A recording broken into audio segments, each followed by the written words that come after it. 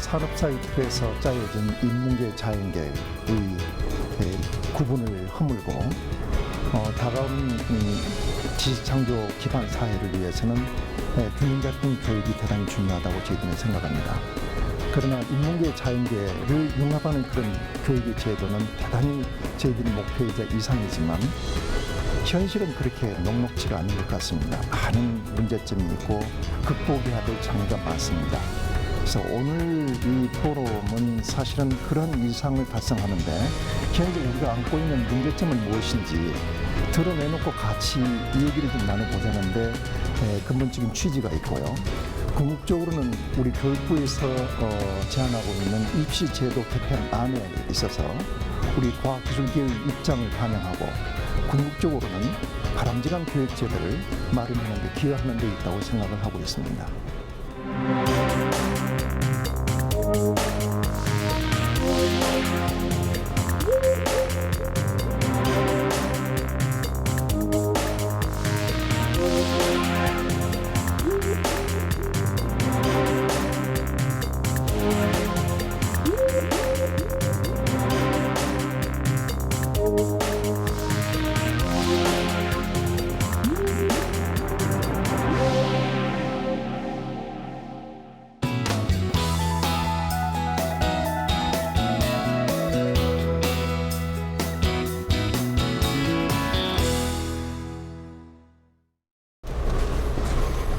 예, 안녕하십니까. 예, 먼저 문이과 통합에 대해서는 원론은 다 찬성하십니다. 반대하시는 분들이 거의 없어요. 강론에 들어가서 각각 생각이 이제 다르신 거죠. 이런저런 현실적인 문제 때문에 그게 가능하겠느냐, 이제 그런 얘기인데요. 그래서 문이과 구분하는 그 역사적 배경인데요. 저희가 일본 식민지배를 받아서 일본의 그런 제도의 잔재들이 저희도 모르는 사이에 아직 굉장히 많이 남아있는 것 같습니다. 학교 교육과 관련해서는 그 교복이라든가 이런 것들이 있었는데 그건 진작에 없어졌죠. 그런데 아마 이 문이과 구분이 거의 마지막으로 남은 그런 일제 잔재가 큰 잔재 중에 하나가 아닌가, 그렇게 생각합니다. 그렇지만 지금 우리는 이제 경제적으로 굉장히 성장을 했고요. 우리나라 산업 구조도 굉장히 많이 바뀌고 있습니다. 그래서 많이 들으셨겠습니다. Fast Follower에서 리딩 이노베이터 혹은 퍼스트 무버로 우리가 지금 움직여 가야 되는 그런 시점이고요. 그렇다면 그 전에 우리가 필요했던 패스트 팔로워에서 우리가 필요했던 인재상과 앞으로 우리가 퍼스트 무버, 리딩 이노베이터, 글로벌 이노베이터가 되기 위한 인재는 분명히 다를 겁니다. 그런 달라지는 수요에 대응하기 위해서 우리의 제도도 달라져야 될 텐데, 그렇지만 사실 2002년부터 7차 교육과정이 시작됐는데요. 그 이후부터 공식적으로 우리나라에 문이과 구분이 없습니다. 네. 문이과 구분이 없습니다. 그런데 문제는 뭐냐 하면 대학이 인문계열, 자연계열로 나누어서 신입생을 선발하고 있습니다. 위에서 선발하니까 그렇게 따라갈 수밖에 없죠. 자, 그래서 지금 우리나라에서 고교교육은 실업계 고등학교와 인문계 고등학교가 있고요. 인문계 고등학교의 목표는 대학 가는 겁니다. 그렇죠? 교육 목표가. 그래서 2학년이 되면서 대학을 가기 위해서 인문계열, 문과하고 자연계열, 이과로 분류가 돼서 대학 입시를 본격적으로 준비합니다. 그래서 그 인문과정을 선택한 학생이나 자연과정을 선택한 학생은 과학 분야는 과학의 일부, 자연과정을 선택한 학생도 인문계의 일부 과목을 공부를 합니다. 그런데 문제는 뭐냐 하면 여러 가지 문제가 있는데요. 그 과목 중에 배우는 게 심지어는 인문계 학생들조차도 상당히 제한돼서 배운다는 거죠. 굉장히 세분화된 과목 중에서 한두 가지 과목만 배우면, 예를 들어 통합사회는 그냥 넘어갑니다. 아니면 자연계열도 마찬가지로 해서 4개의 큰 과목들이 있는데 2개만 적당히 배우면 대학을 진학하도록 그렇게 제도화되어 있습니다. 그래서 이제 교육부가 2017학년도 대학 수능에 대해서 3가지 시안을 내놓은 게 있습니다. 그래서 1안, 2안, 3안이 있는데, 그 1안은 뭐냐 하면 현행 문이과 분리 골격을 그대로 유지하겠다 하는 안이고요. 그 다음에 또한 극단은 뭐냐 하면 문이과를 완전히 통합하자 하는 안이 있고요. 문이과를 일부 융합을 해서 문이과 계열별로 교차해서 과목을 선택하도록 하자 하는 게 이제 그 절충안이 되겠습니다. 자, 그래서 문이과가 왜 통합돼야 되는가? 이거 뭐 정리한다는 의미에서 제가 3개의 항으로 정리를 해봤습니다. 이 이외에 다른 그 이유도 있겠습니다만, 첫째는 대학 교육이 일반화가 됐습니다. 우리나라 고등학교 졸업생들의 80%가 대학 가는 걸로 봐서는 교육의 끝은 고등학교가 아니라 대학이죠. 그러면 문이과를 구분을 한다면 대학 가서 구분해도 충분하다는 겁니다. 네. 그리고 지금 배워야 될 지식의 양이 굉장히 많기 때문에 고등학교 때 2년 동안 문이과를 미리 구분해봤자 대학 가서 받을 교육에서 그 효용성이 얼마나 있겠느냐 하는 거죠. 네. 끼치는 영향이 별로 크지 않을 겁니다. 또 하나는 뭐 많이 얘기합니다만 학문이 요새 융합되고 있는 경향인데 고등학교에서부터 갈라서 되겠는가 하는 겁니다. 그 다음 이건 또 학생들이 진로를 잘못 정했을 때 이게 너무 가혹하죠. 고등학교 2학년이 아무것도 모르는데 거기서 정하라 그래 놓고선 너 평생 그거 갖고 네 결정을 고등학교 2학년 때 내린 결정을 갖고 네 평생 뭐 먹고 살든 뭐 연구를 하든 뭘 하든 가라. 뭐 이제 이런 걸 저희가 요구하고 있는 거기 때문에 이런 것들이 이제 그렇게 합리적인 얘기는 아닌 것 같습니다. STEAM이라 그래갖고요. Science, Technology, Engineering, Art and Mathematics라는 미국식 융합 교육이죠. 이걸 우리 교육 현장에 적용을 해서 그 2학기 올해니까 그 12개 혁신학교에서 시범 운영에 들어갔습니다. 예. 그리고 여러 나라를 해봤더니 미국, 그 다음에 프랑스를 제외한 유럽 국가 없습니다. 예. 그 다음에 프랑스는 계열의 구분은 있습니다만 굉장히 세분화되어 있어서 학생의 선택폭이 넓습니다. 우리나라처럼 2개로 딱 되어 있는 게 아닙니다. 그리고 중국, 일본, 대만, 우리나라가 문이과 구분이 2개로 뚜렷하게 있습니다.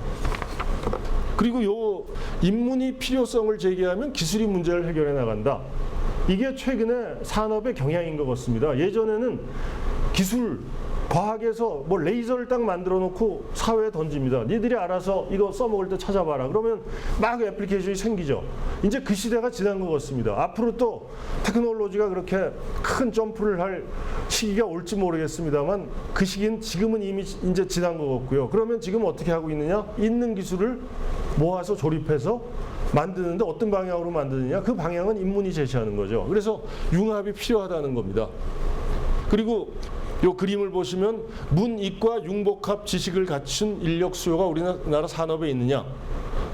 60% 정도가 있거나 매우 있다고 답하고 있습니다. 이런 걸로 봐서는 산업에서도 이 필요성을 절감하는 것 같고요.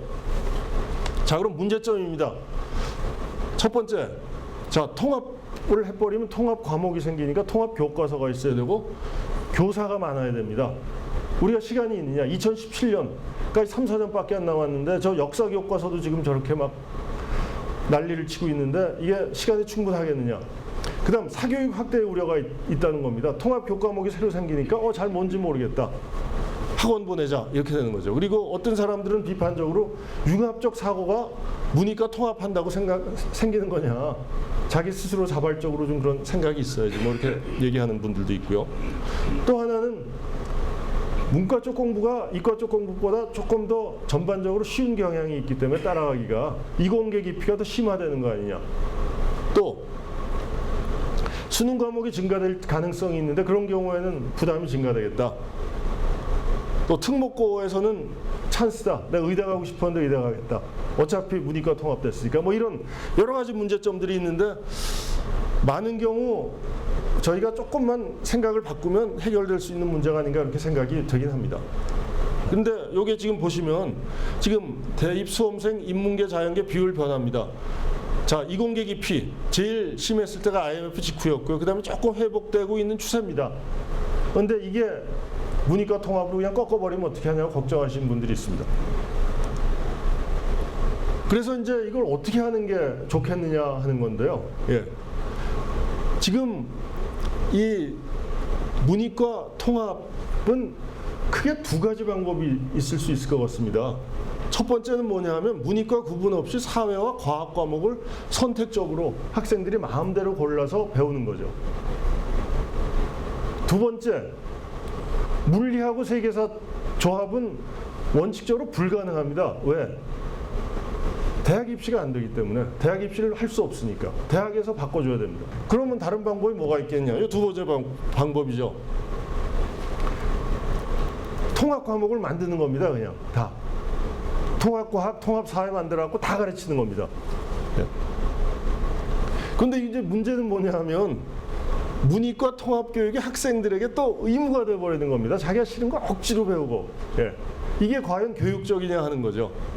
그러면 자기가 정 안 되면 또 사교육 시장으로 나갈 거고 자기가 모르는 그 부족한 부분을 채우기 위해서 학생들 부담이 늘어난다는 거죠.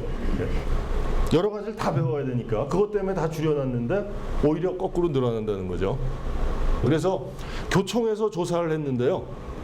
고교교사 723분 중에 완전 융합 36.4%, 일부 융합 35.7%. 다시 말씀드리면 70% 이상이 바꿔야 되겠다. 문이과 합치는 게 좋겠다 하는 게 의견인 것 같습니다. 그래서 다시 말씀을 드리면 바꾸긴 바꿔야 되지 않을까 그렇게 생각합니다. 지금 산업의 문제로 보나 융합이 필요하죠. 아니면 학문의 문제로 보나 그 역시 융합입니다. 단지 어떤 속도로 어떻게 부작용을 최소화하면서 가야 하는가 하는 게 이제 저희들의 문제인 것 같은데 아마 저를 이어서 그 패널 여러분들께서 좋은 생각을 많이 말씀해 주시리라 생각합니다. 경청해 주셔서 감사합니다.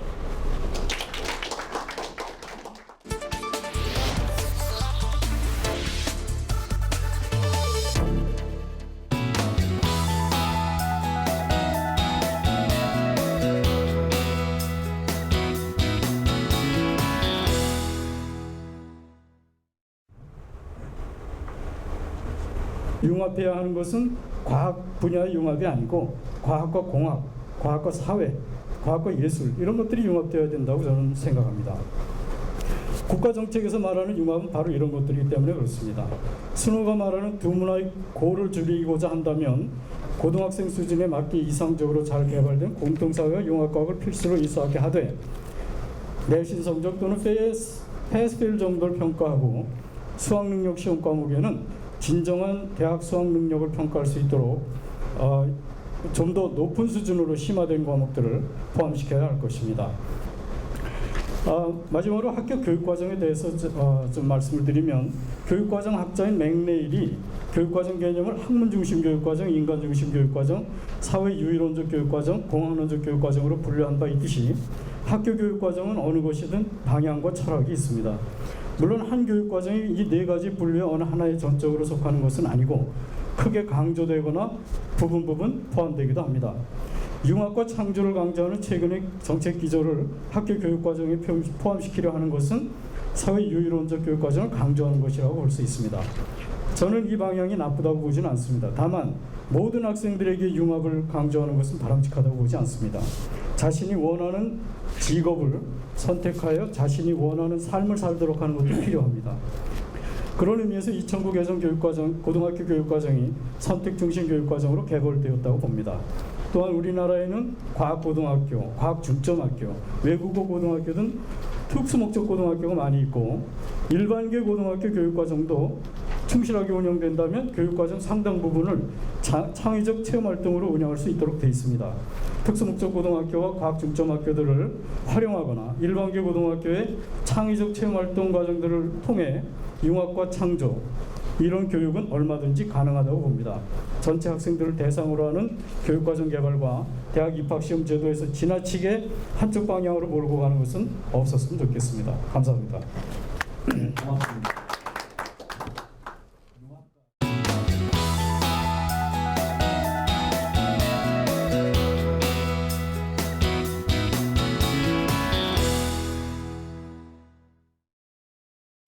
우선 물리과를 통합하려는 목표가 뭔지 이게 좀 명확해야 된다는 생각이 들거든요. 그다음에 이 창의적 있고 문제 해결력 융합적 인간이 양성되려면 예를 들면 문이과만 없애면 되느냐?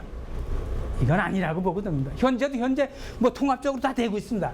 자, 이게 우리가 과학기술사회교육과정이 1980년대 이후 20년간 세계적으로 엄청나게 돈을 들여가지고 모든 이 노력을 했습니다. 그렇게 해가지고 과학기술이 너무 재미없고 어려우니까 이거 기술 사회하고 통합해가지고 재미있게 의미있게 만들려고 한 통합교육과정, 융합교육과정이 시초였습니다. 그런데 이 일이 또 어떻게 하냐? 지금 현재 이거 리바이벌 해가지고 미국에서 스템 교육과정이 이루어지니까 우리나라는 스팀이라고 해가지고 A를 더해가지고 지금 하고 있는데 이것들이 어떠냐? 예를 들면 아까 보겠지만 스팀 교육 과정이 선생님들이 너무 어려워가지고 불가능한 얘기들이 많고 이렇게 과학 교과를 중심으로 한 통합조차도 어려운데 문과 이과 과목을 통합한다. 이것은 정말로 굉장히 너무 이상적인 얘기다. 그래서 이런 측면에서 지금 이게 대학 수학 능력 시험에서 자연계열 학생들이 여기 보면 알겠지만 우리 때는 60, 70%가 자연계열이고 70년대 그렇죠.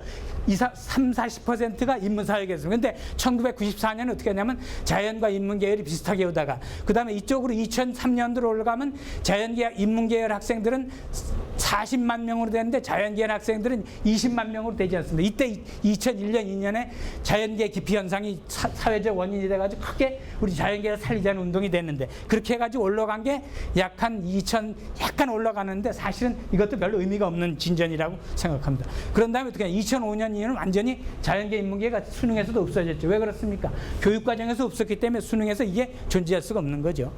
자 이렇게 해가지고 근데 그다음에 깊이 정도를 보면 현재 이거 과학창의대상이 2010년하고 2012년에 전국 사람들 대상으로 조사하는데 성애들 보면 학생들이 이공계를 지원할 경우 어떻게 하시겠느냐 물었더니 본인에게 맡긴 데가 2008년에는 56%, 2010년에는 65%, 2012년에는 73%로 증가했습니다. 부모가 학생 진로에 제일 큰 영향을 미친데 맡기면 어떻게 됩니까?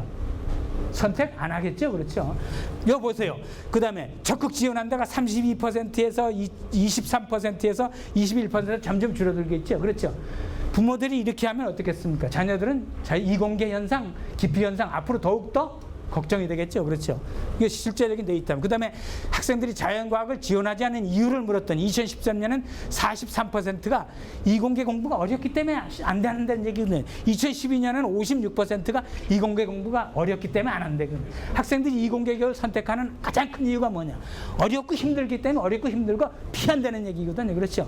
아무리 우리가 노력을 해도 어렵고 힘든 걸 갖다 학생들에게 강제로 먹인다. 불가능하다는 걸 이해하셔야 됩니다.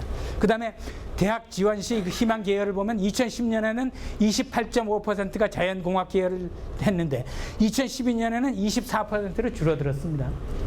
놔두면 물이 위에서 아래로 흐르듯이 이공계열, 자연계열, 수학과학은 필연적으로 학생들은 기피하기 마련입니다. 그래서 수학 과목이 재미없고 자신이 없는 이유 물었더니 내용이 이해가 안 된다. 내용이 이해가 안 되는데 내가 어떻게 좋아하고 그걸 갖다 어떻게 그래서 과학을 싫어하는 가장 이유는 과학이 어렵고 이해가 되지 않기 때문이다. 이게 뭐냐? 그래서 문이과를 없애면 학생들이 어렵고 힘든 과목을 더 많이 선택하고 이과 학생들이 더 어려운 과목을 더 많이 선택한다고 생각한다면 없애도 좋다. 그런데 이걸 어떻게 했습니까? 수학과학은 어렵기 때문에 학생들의 선택에 맡기면 당연히 수학은 현재보다도 훨씬 더 적게 선택하고 과학은 현재보다 훨씬 더 적게 선택한다. 그나마 자연계열, 인문사회계열이 있기 때문에 현재 그런 정도로 선택하는 거다. 그래서 문이과를 한번 부별을 없애놓으면 이거는 굉장히 중요한 결정이고 앞으로 20, 30년 후에 우리나라의 산업 경쟁력이나 국가 경쟁력에 엄청나게 큰 영향을 미치는 굉장히 중요한 의사결정이다. 따라서 이 부분을 굉장히 신중하지 않으면 아마 우리 여러 교수님들 20, 30년 후에 아마 원통학 땅을 치고서 후회할 일이 생길 거다 하는 생각이 듭니다. 아마 그래서 굉장히 중요한 거다. 문이과를 없애면 저는 이공계 기피 현상이 현재보다 훨씬 더 가속화될 거라는 생각이 듭니다. 그래서 저는 대학에서 할 수 있는 거는 충실하게 대학에서 해야 되고 이런 측면에서 대학이 우리나라 중고등학교 교육에 따뜻한 관심을 가지고 대학에서 할 수 있는 일이 뭔지 이걸 갖다 적극적으로 찾아나지 않으면 대학 입시 수능에 맡긴다, 고등학교에 맡긴다 이래가지고 이공계 기피 현상은 절대 해결될 수가 없습니다. 아마 이런 측면에서 특히 굉장히 그 대학에서 해야 할 일을 갖다 철저하게 하지 않으면 안 된다는 생각이 들고 이런 면에서 우리 현재의 문제는 초중고등학교의 문제, 입시의 문제 이전에 대학에서 의사결정을 잘못해가지고 이공계 기피 현상이 생긴 문제 이 문제를 대학 교수님들은 통렬하게 자기 비판을 해야 된다고 생각합니다. 네.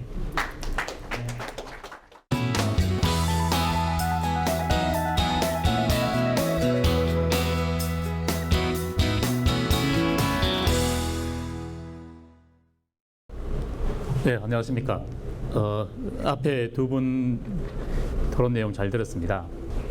지난 2년 동안 한국에서 내노라 하는 이 유수의 과학 전문가 또 제조업 엔지니어들 많은 사람들 만났습니다. 근데 결론적으로 그분들이 하시는 말씀이 이 고등학교 과정에서의 자연계나 또 인문계의 구분이 자기가 선택한 직업 교육에 그렇게 큰 도움이 안 되더라는 겁니다.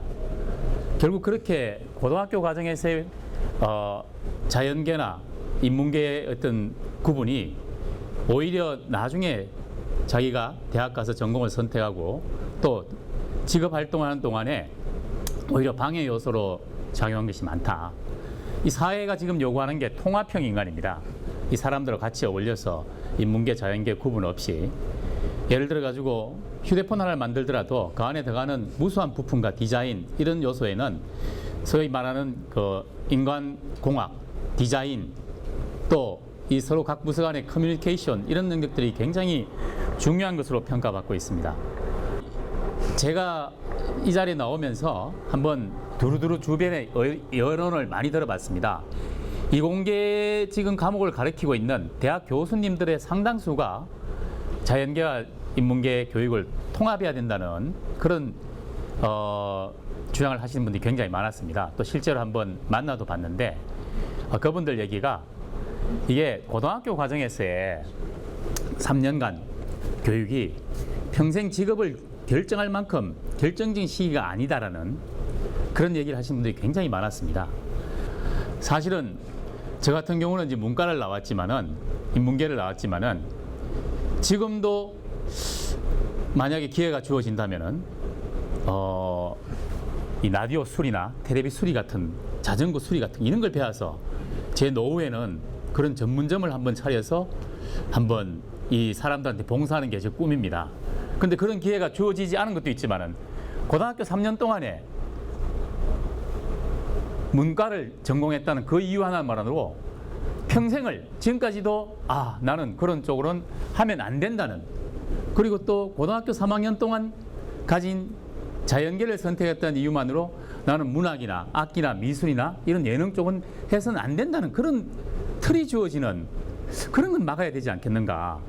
마치 검단의 벽을 넘지 못하는 것처럼 고3 때의 그 인문계 자연계 구분 그 하나만으로 평생을 직업을 구분 짓는 이런 건 바람직하지 않다는 그런 생각이 듭니다. 물론 앞서 두 분이 말씀하신 것 가운데 고등학교 과정에서의 교실 수, 교사 수, 또 그런 공통 과목을 개발하는 데 대한 문제점은 있겠지만은 그렇다고 해서 우리가 뻔히 아는 가야 되는 길을 이 사회가 요구하는 인간이 그야말로 통합형 인간이고 창조적 인간이라면은 적어도 고등학교 과정에서만큼은 자유롭게 공부를 하고 그리고 특출한 재능이 있는 그야말로 과학 영재나 수학 영재들은 특별한 기회를 줘서 특별한 학교에서 그들의 재능을 살려서 앞으로 그 재능을 계속 키워나갈 수 있는 인재로 키우는 그런 특별한 교육기관이 필요한 게 몰라도 이 고등학생의 대부분이 오직 입시에 매달려서 자연계, 인문계 그 구분 하나만으로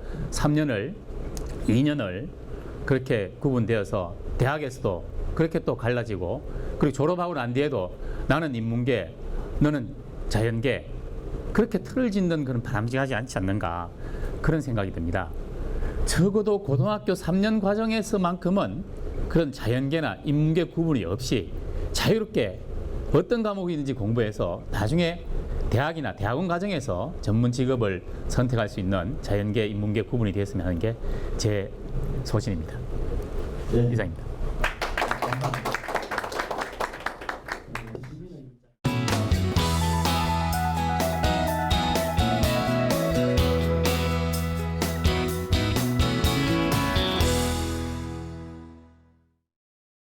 잘 모르시는 분들이 많을 것 같아서 간단하게 서울대 자유전공학부 현황을 소개를 드리면요. 저희가 2009년도부터 신입생을 받기 시작했고요.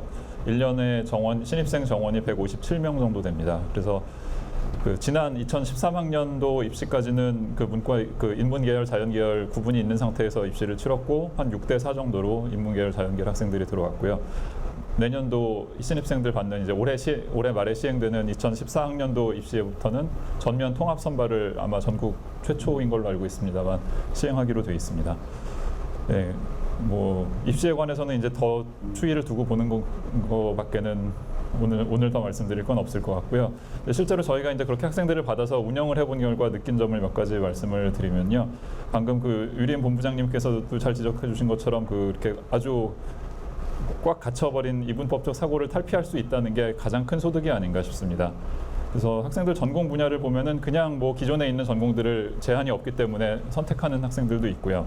그다음에 이제 복수 전공을 장려하는 분위기를 저희가 가져가고 있는데 재밌는 조합들이 꽤 많이 나옵니다. 물리학과 정체학을 복수 전공하는 친구가 있고요. 기계공학과 디자인을 복수 전공한 친구가 있고 통계학과 작곡 이론을 복수 전공한 친구들도 있습니다. 물론 이제 이렇게 그냥 정말 1인 다역을 하는 친구들이 있는가 하면 1인 다역은 전혀 아닌 친구들도 있습니다만 사실 제가 생각하는 융합이라는 것은 꼭 한 사람이 모든 걸 다 해야 융합이 아니라 다른 사람들이 필요에 따라서 팀을 짤 수 있으면 그것도 굉장히 좋은 융합이라고 생각을 합니다. 그래서 저희도 아직 이제 출범한 지 5년밖에 안 됐고 해서 뭐 저희 학부가 어느 쪽으로 진행할지는 계속 고민하면서 이제 발전을 시켜 나가야겠습니다만 이제 이런 학부에 몸담고 있다 보면은 이제 대학 운영에 대해서 여러 가지 생각을 하게 되는데요.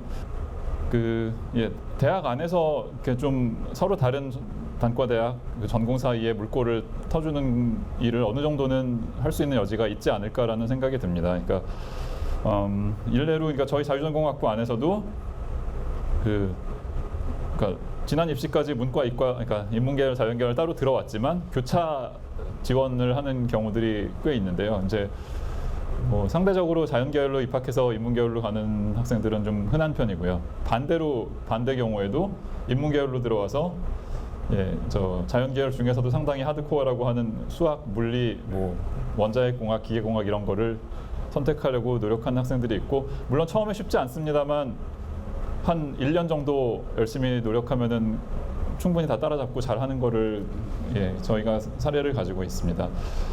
그래서 그리고 대학 전공들 중에 보면은 예를 들어서 이게 아마 직접 신입생을 뽑는 전공은 아닙니다만 정보문화학 연합전공 이런데 이제 전공 소개라는 웹페이지에 들어가 보면 거기서 이제 전공 선택으로 해놓은 과목들도 거의 모든 단과대학에 걸쳐서 다 있고요. 그래서 그런 전공이라면은 굳이 인문계열, 자연계열을 나눠서 신입생을 선발하는 게 전혀 필요 없지 않을까 생각이 들고 심지어 지금은 이제 편의상 인문계열로 분류돼 있지만 수학이나 과학 지식이 많이 필요하다고 알려져 있는 경제학과 같은 경우는 좀 제가 너무 순진한 생각인지 모르겠습니다만 그냥 현행 입시 제도 안에서도 인문계열, 자연계열 신입생을 둘 다 받는 게 충분히 가능하지 않을까 그런 생각조차 하게 됩니다. 이 정도로 맞춰도 될 것 같습니다. 네, 고맙습니다.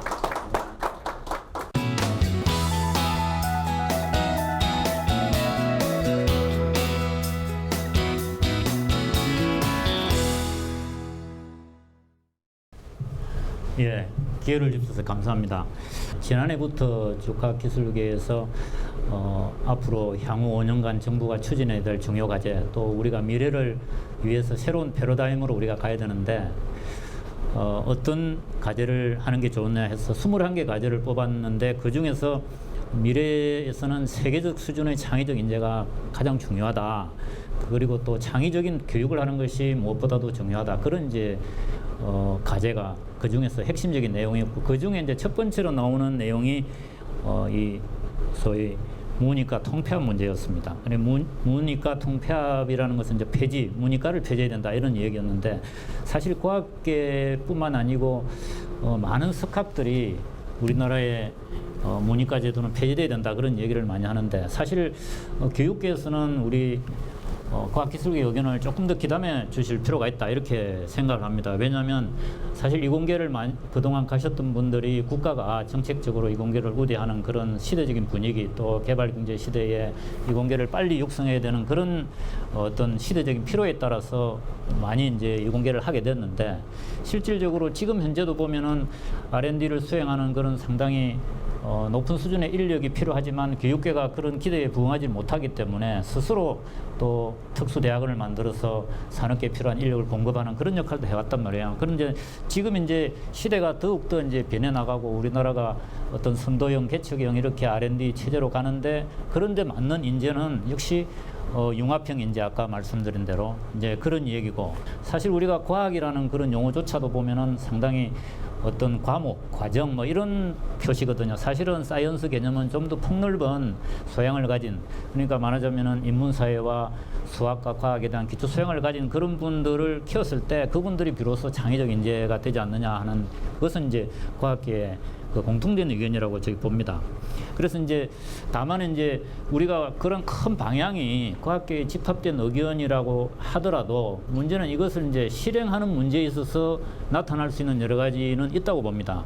첫째로 우리가 만일에 그런 큰 방향에서 우리가 동의를 하지 않는다면 예를 들어서 어떤 교육과정 개편상의 어떤 문제라든지 또는 수능의 문제라든지 또는 지금 대학이 훌륭한 인재를 뽑으려고 하는 것은 지금 현재 수능 제도나 또는 고등학교 교육 과정이 문과 이과로 구별돼 있다 보니까 또 대학 입시에서 그런 걸 적용하게 되고 이런 이제 우리가 단기적인 그런 문제들은 당연히 이제 우리가 해결돼야 될 가는 문제다. 그래서 이제 기획재정부나 산업부나 여러 부처에서도 많은 정책 보고서에서 앞으로 우리가 창의적인 인재나 융합형 인재를 하기 위해서는 정말로 이런 인재를 해야 되지 않느냐. 새로운 시대에 맞는 융합적인 인재를 만드는 것은 역시 수학과학의 소양과 인문사회 교양을 골고루 받은 그런 사람이 돼야 된다. 또 이공계를 배웠던 우리 스스로 많은 과학기술계 의견에 있는 사람들이 우리 스스로도 이공계 그런 뿐만 아니고 상당히 사회적인 감각이나 예술적 감각 이런 것을 한 사람들이 훨씬 훌륭한 개발을 한다는 걸 우리 스스로 인정하고 있기 때문에 그런 것들을 교육계가 좀 겸하게 받아주셔서 산업이나 과학기술계 쪽에서 요구하는 이런 내용의 방향은 인정을 하시고 다만 그것을 우리가 속도는 조정이 가능하다고 보거든요. 근데 융합하는 데 시간이 걸린다든지 또는 교육과정의 개편의 문제가 그런 문제 때문에 어떤 시행상의 실행력 문제 때문에 우리가 큰 방향을 만일에 못 간다면 이것은 정책의 큰 미스가 될 수도 있다. 우리가 현실 속에서 이런 문제를 우리가 방향을 바로 정하고 어그리를 하고 그래서 교육부도 이런 문제에 대해서 분명하고 지속적으로 갈 수 있다는 걸 정책적으로 의지를 좀 보이고 그렇게 함으로써 또 우리 교육 과정에 있는 사람들이나 학생이나 대학들이 이렇게 따라가고 또 우리가 과학기술계에 있는 사람들은 그렇게 함으로써 미래에 융합형 인재를 받아줄 준비를 하고 이렇게 한다면 전체적으로 국가적인 어떤 이런 체제가 갚이지 않겠느냐 이렇게 생각을 합니다. 제 의견은 이 정도로 듣겠습니다.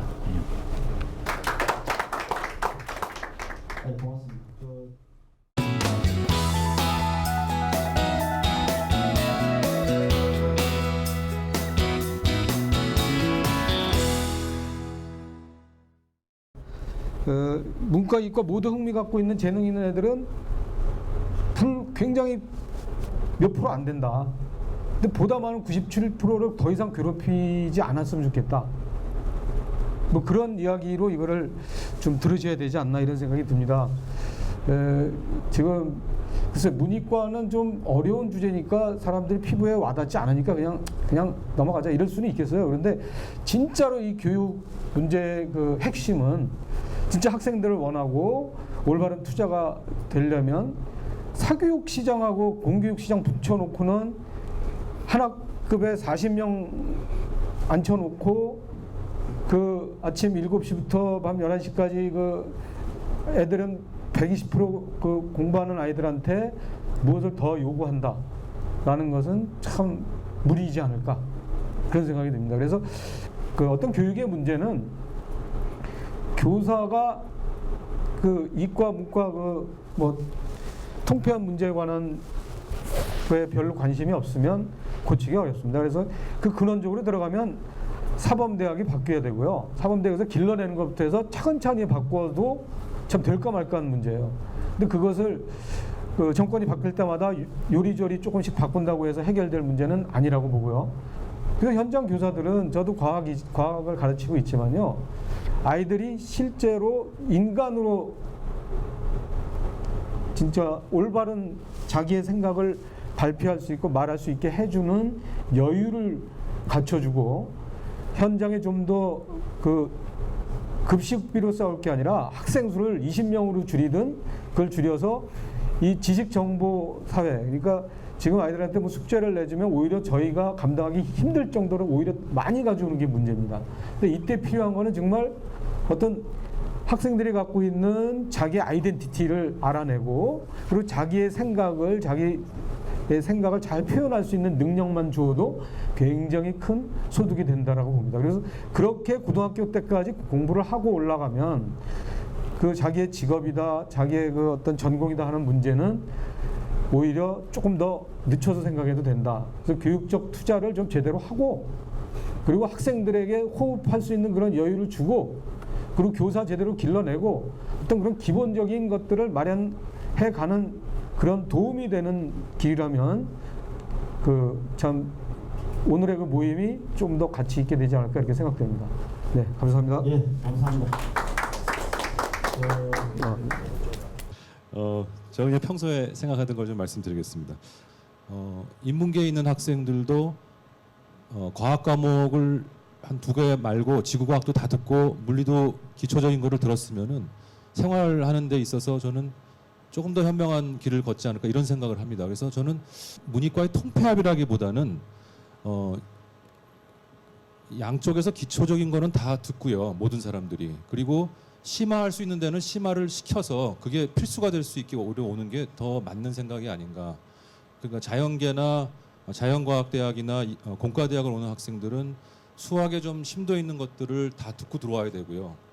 뭐 저는 개인적으로는 과학 4과목의 툴을 다 들어야 된다고 생각을 하는 사람 중에 하나인데 그렇게 하고 또 그러면서도 인문사회 과목 기초적인 거 일은 다 들어야 되는 게 저는 맞는 게 아닌가. 거꾸로 인문사회에서도 심화 과정은 다 듣고 거꾸로 이쪽 그 자연계 과목에서 과학 4과목은 다 듣고 들어와야 되지 않나. 이게 제가 현장에서는 불가능한 얘기라고 생각을 하실지 모르겠는데 저는 일반인으로서 그런 생각을 했습니다. 그러고 보니까 이 고등학교에 과목이 너무 많습니다. 제가 오늘 자세히 본 건 처음인데요. 동아시아 이런 것들이 과연 우리 고등학교 때 이제 필요한 건가? 대학에서 배우면 되는 게 아닌가? 결국 세계지리, 세계사, 한국사, 한국지리 이렇게 배우면 되는 거 아닌가? 이런 아주 기초적인 생각을 좀 해봤고요. 마찬가지로 과학 쪽에서도 과목들이 너무 많은 것 같고, 우리 다시 옛날로 복구로 들어가서 과학 4과목과 그 심화된 거를 가지면 쉽게 풀리지 않을까 이런 생각을 해봤는데 제가 오히려 좀 그 현장에 계신 현정원 선생님이나 아까 저쪽 김주은 박사님이나 자료 주셨는데 한번 여쭤보고 싶습니다. 예, 우리 민경찬 연세대 교수님. 저는 대학부터 이제 문과이과를 없애는 작업을 해야 될 것이고 그 전공마다 필요한 과목들을 예시를 해서 이런 과목은 교육 과정에서 좀 듣고 왔으면 좋겠다라고 예시를 해주는 게 좋지 않느냐.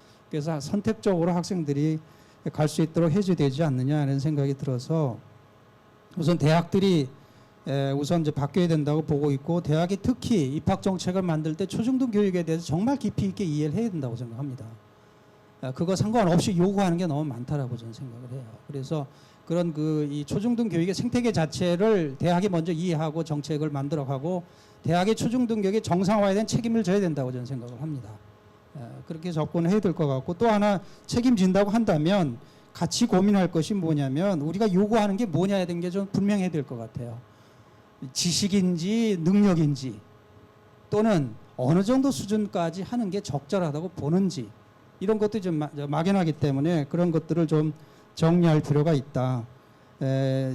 그리고 또 한 가지 융합의 문제는 전에 이제 몇 분들이 그 정리한 걸 저도 굉장히 공감하는 게 융합은 질문의 공유다 이런 표현을 하더라고요. 그러니까 질문을 같이 공유할 수 있으면 융합이 자연스럽게 되고 일단 사람이 융합이 돼야 또 융합이 된다.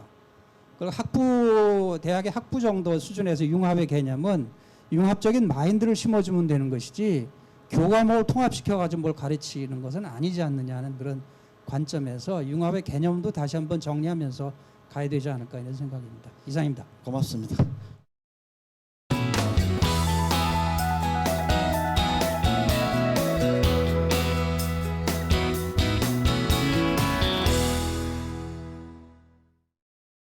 그렇죠. 저도 한 말씀만 더 덧붙이면 우리나라 대학 진학률이 80% 가깝습니다. 그거보다도 높았었는데 조금 줄어드는 걸로 알고 있는데요. 근데 대학 진학률 80% 정도 되면 대학 교육이 결국 옛날에 고등학교 교육 혹은 고등학교 진학률보다 더 높은 그런 상황이 됐는데 그 문이과 구분을 대학 가서 해도 충분하지 않은가. 그리고 문제가 하나가 약간 섞여 있는 게 있습니다. 사교육 문제 같은 것들하고 지금 문이과 분리하고도 또 좀 섞여 있거든요. 문이과를 통합하면 과학이 어려우니까 억지로 시키면 사교육 시장이 굉장히 극성을 부릴 거고 많이 그 따라가기 어려운 애들은 그 억지로 따라가게 되는 뭐 그런 이제 양상을 걱정을 하시는데 그거는 난이도를 조절하면 충분히 가능하다고 봅니다. 제가 이 자료나 이런 걸 조사할 때 여러분들께서 가장 걱정하시는 과목이 수학입니다. 수학의 난이도만 조절하면 이 통합하는 정책이 그래도 어느 정도 성공하지 않을까 이렇게 말씀하시는 그 현장에 그 고등학교에서 현장에 계신 선생님들도 좀 계셨었거든요. 근데 이제 난이도를 조절하면 대학에서 변별력이 없다고 또 이제 불만을 하니까 이게 이제 다 엮여 있어서 결국은 그 위에 있는 대학의 문제가 아닌가 그런 생각이 드는데요. 하여튼 이 전반적인 흐름, 특히 우리나라에서 대학 진학률이 이렇게 높은 상황에서 그 전반적인 흐름은 어쩔 수 없지 않을까 그렇게 생각합니다. 그래서 거기에 대해서 지금 말씀하신 여러 가지 점을 참고해서 그 구체적인 정책을 정할 때는 조금 너무 그 극단적인 정책 같은 건 좀 피해야 되지 않을까 그렇게 생각합니다.